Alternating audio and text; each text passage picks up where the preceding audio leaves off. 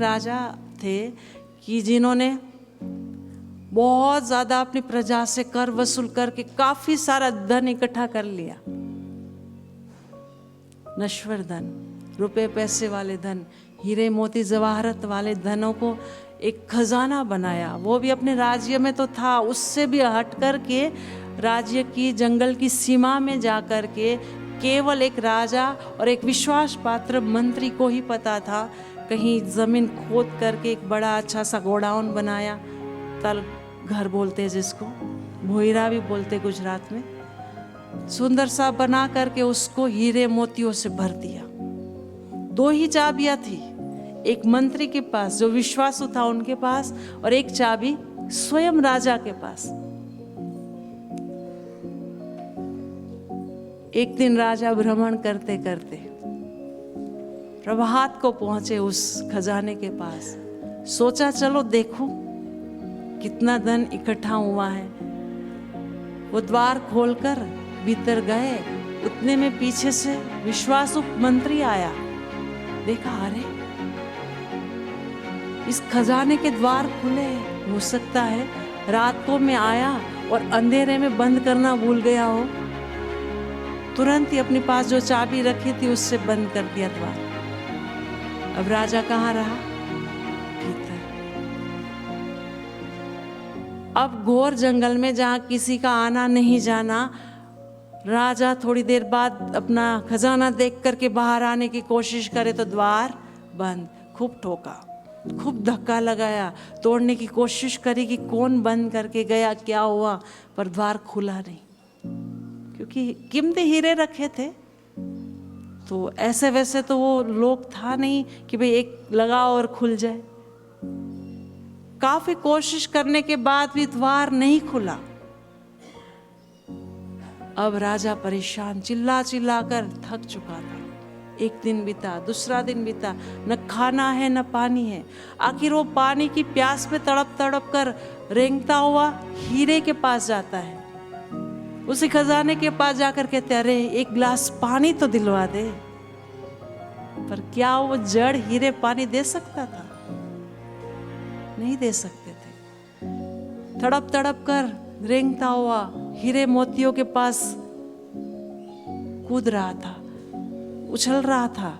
अरे एक टाइम का कोई भोजन तो दे दो, तुम इतने कीमती हो, कुछ भोजन तो दे दो। लेकिन वो हीरे मोती जवाहरत कहाँ भोजन पानी देता।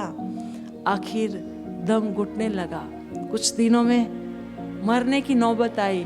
विवेक जगा, कहा कि जिन हीरों को, जिन मोतियों को एकत्रित करने में मैंने अपना पूरा जीवन लगा दिया, और वो भी मैंने कोई ईमानदारी की कमाई नहीं की है, प्रजाओं से कर वसूल कर करके मैंने एक खजाने भरे, लेकिन मेरे आखिरी जीवन में क्या काम आया? एक टाइम का भोजन नहीं दे सकता है, एक गिलास पानी नहीं दे सकता है। इन भोजन, इन हीरे को क्या करूं, इन संपदा को क्या करूं? आखिर मुझे अपने जीवन से एक अनुभव तो देना पड़ेगा। कुछ लिखूं, लिखने का सोचे कोई पेन नहीं थी, कोई कागज नहीं था, लेकिन कहीं न कहीं कोई पुण्य ही कहो, कुछ ही भारी हीरो को लेकर अपनी उंगली को मारने लगे, जिससे थोड़ा खून निकला। उसी से दीवार पर लिखा कि जिन संपदा के पीछे जीवन खपा रहे हैं, वो संपदा अंतिम घड़ी में, मृत्यु के समय एक टाइम का भोजन नहीं दे सकी, एक गिलास पानी नहीं दे सकी।